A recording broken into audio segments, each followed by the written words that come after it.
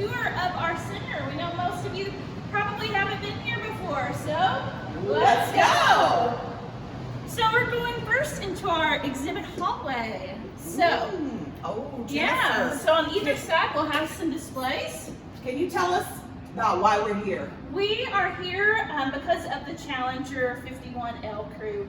After the accident, the Challenger accident in 1986, the families of the crew got together and created these Challenger Learning Centers. So our first displays case takes you through that journey of how we got here.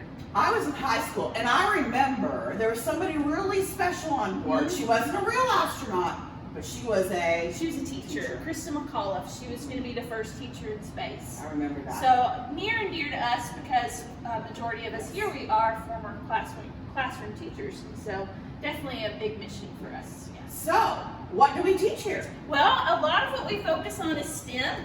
So science, technology, engineering, and math.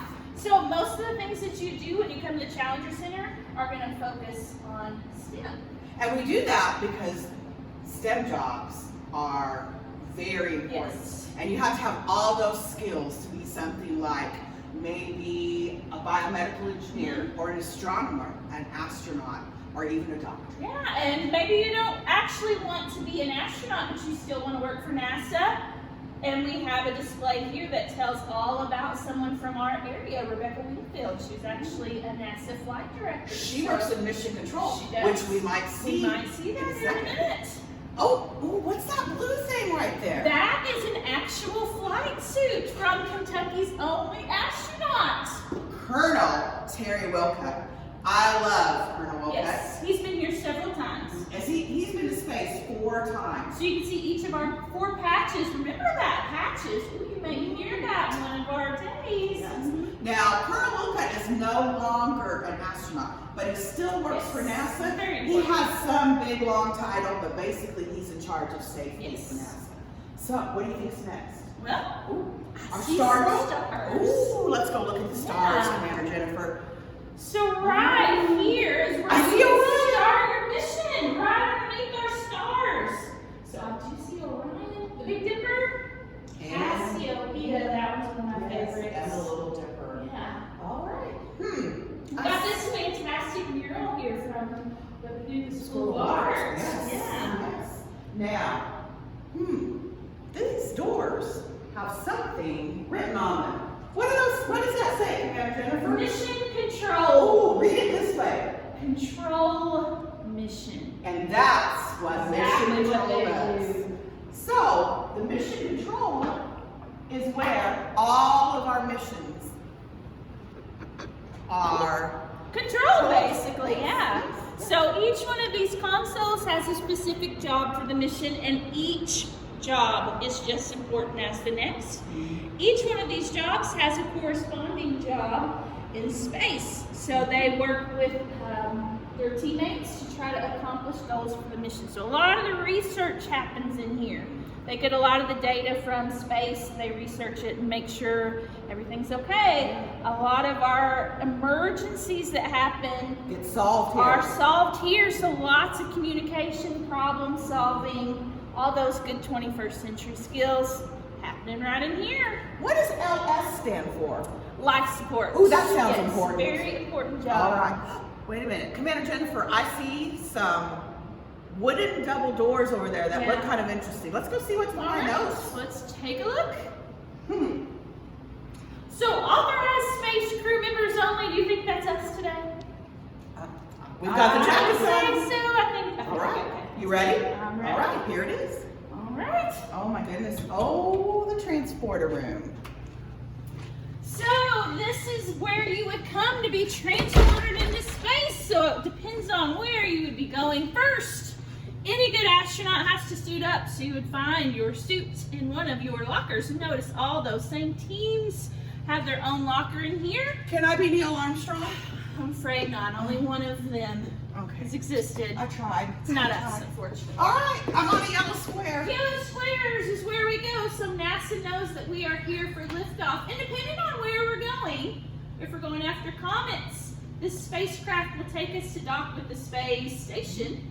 If we're going to the moon, have a spacecraft. And if we're going to Mars, it's the Mars Transport Vehicle. So, this is where the action happens at first. This is where we lift off and we get out into space. But how do we work in space? It doesn't look like there's a lot of work going on in here. I bet there's something behind the airlock. An airlock. What's the purpose of an airlock? It locks air. What does that mean? Well, It's kind of air pressure in space can be a little tricky. So we don't want to create a vacuum, and we don't want the air pressures to change. So airlocks are special doors that keep the air pressure equalized and keeps it from changing. All right, so a safety thing. So, you want to go through? I do. All right. Ooh, it looks a little dark. A little dark. Hope you're not afraid of the dark, because here we go. All right, let's see what's on the other side. All right, are we ready? 1, 2, 3. Oh my goodness. It is. Right, so the space welcome station. to our space station. So again, depending on where you're going, you may enter into a spacecraft or a Mars Transport Vehicle or the space station. And you'll notice around here, all those same teams that you saw in Mission Control have those same teammates in here. So right here where Commander Melissa is, this is actually our isolation team. You can see she's working with robotic arms. This is an important job. They study things like meteoroid shields to make sure there's no meteoroid showers in the area. They check out our radiation filters. We need to make sure the radiation levels are safe. And look at that. Ooh, am I gonna get it? I think so. Woohoo! Whoop. Almost. That's all right. I can still count the impact. Nice job. So this is an important job. We've got to have some patience. Those robotic arms definitely take some patience. And then here we're going to our medical station. Doctors on board doing some testing like vision and hearing. I think I need some medicine. Oh. There you go.